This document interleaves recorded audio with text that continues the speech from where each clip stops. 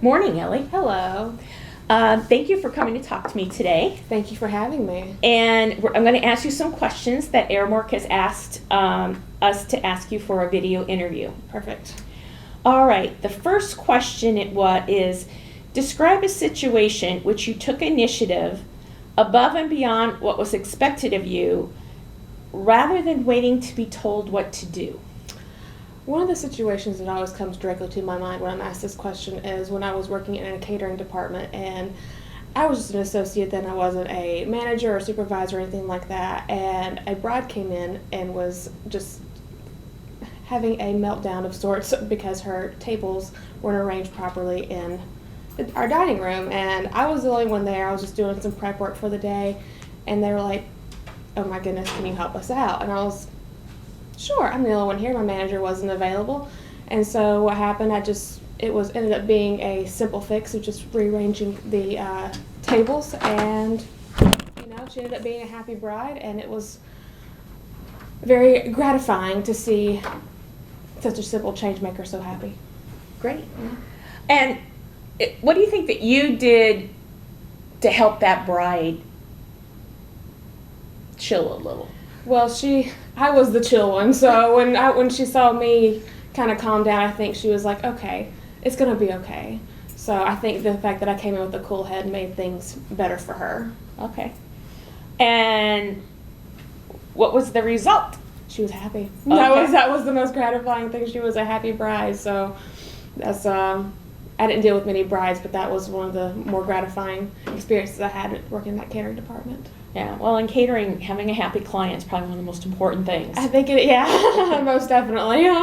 So, can you give a specific example of when you had to build rapport with a peer, a customer, or manager?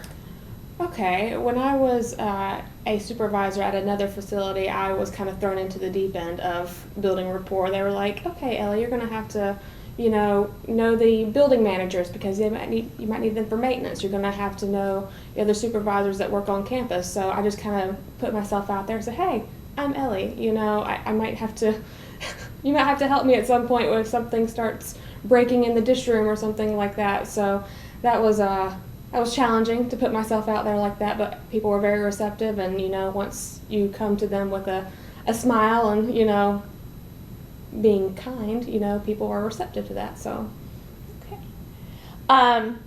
What was the outcome of your efforts in building that relationship? I had good relationships with all the management on campus. That was really good.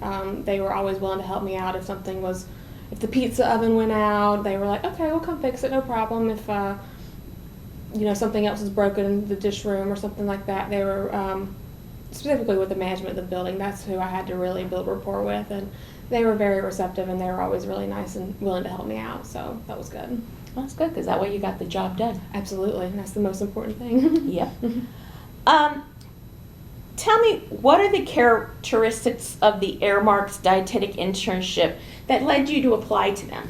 Well, as I was researching internships, I noticed that Aramark has a A2L program, which is once you get out of your internship, they place you perhaps in a management position within their company, and I thought that was very attractive program that they do. So I love the idea of going right into management after an internship. That's where I hope to be, and as much experience as I can get in that, more the better.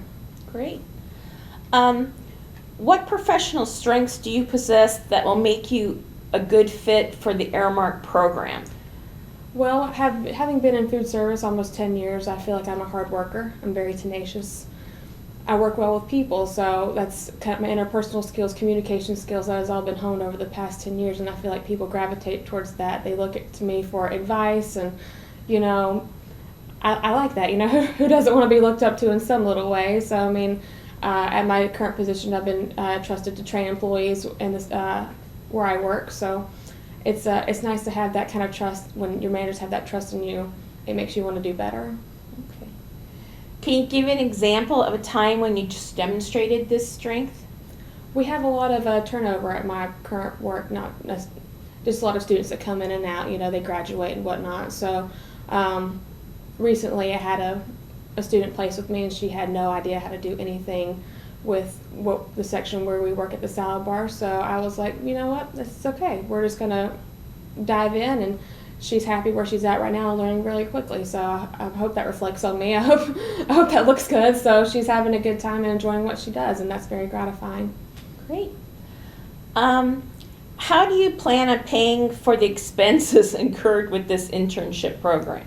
Scholarships and loans. That's going to be the ideal route to go. So I'll get there. It's going to get done. Great. And then the final question they asked is, do you plan to pursue the master's degree offered by the internship through the University of Southern Mississippi? I do not plan to pursue it as of right now. I do a master's degree and hopefully a PhD down the road is where I hope to go. But as of right now, I just want to focus on the internship and get through that. Okay. Great. So, Thank you, Ellie. thank you for having me.